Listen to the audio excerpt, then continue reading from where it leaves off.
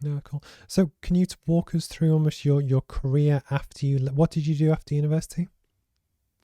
Yeah, so like I said, I found university quite dull. I didn't really, I mean, I wasn't a great student in the sense that I was brilliant, I was capable, but I felt totally disengaged. I wouldn't go to lectures, etc., because, like I said, they'd be teaching things I'd already know, like data structures and Hmm. algorithms, etc.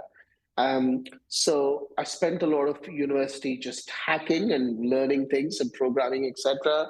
I did, as an international student, you're allowed to work like 20 hours a week, Hmm. something like that. Hmm. So I spent all that time essentially starting my entrepreneurial journey. So I did a bunch of freelancing. Um, I started creating, in the late 90s, because I came to the university, I think in 98, 99. That's when websites were starting to Hmm. get really like, I remember. web development. So I started doing websites for a lot of businesses down in Southampton to the local business bureau, etc. And I did a bunch of freelancing, and I was really getting passionate about, um, in 2000, 2001, about creating this like online CRM platform. I guess the easiest way I can explain, like Salesforce, right? I had this idea of building this platform, um, and again, I took a typical, what an engineer would do, because I was so obsessed with this idea. When you have this idea and Hmm. you sleep and the idea is in your head, and you wake up and the idea is in your head. Um, as soon as I finished university, obviously my parents wanted me to go and get a job, and I was pretty adamant that I was going to go and set up this business. So the first thing I did as soon as I finished university, after I did some freelancing, through university, was I got in those days in 2001, the UK was offering something called the Innovators Visa.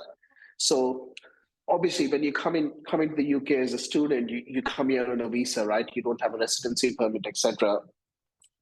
And the Innovators Visa was one of the things that the business, I guess it was an entrepreneur's visa in those times. And these were the heady days of 2001, where you needed nothing more than a business plan Hmm. and some money in the bank to survive, to get, to get a visa. So I wrote a business plan, which was a great business plan, by the way. Like I said, what was wrong in 2001, trying to build a Salesforce on the web was a great idea. I mean, Salesforce was a Yeah. budding organization at that time. And by the way, I'm not saying that it was anywhere as good as Salesforce. I'm just giving you an example of the type of CRM I wanted to build. Um, and I got the Innovators Visa. I got like 2 or 3 years to prove my business idea, and I just went at it and started to work on the idea. And the problem I had was I was 21 at that time, Hmm. and I did what any young 21-year-old engineer does. I got obsessed with the technicalities of the idea, Got you. and I built a business around it. I built a great platform, but I didn't do any of the things that mattered to build a great business. There was no product market fit. Hmm. Yep. There was no sales and marketing strategy, and there was just no clear plan around it. So that business failed spectacularly. But I must admit, for one, it's incredible just to have that drive and ambition to want to do something. So, for instance, I started my first business when I was doing my PhD because I was on a scholarship, but it was no money. And just, I had zero interest in tribology, which is what my thing was.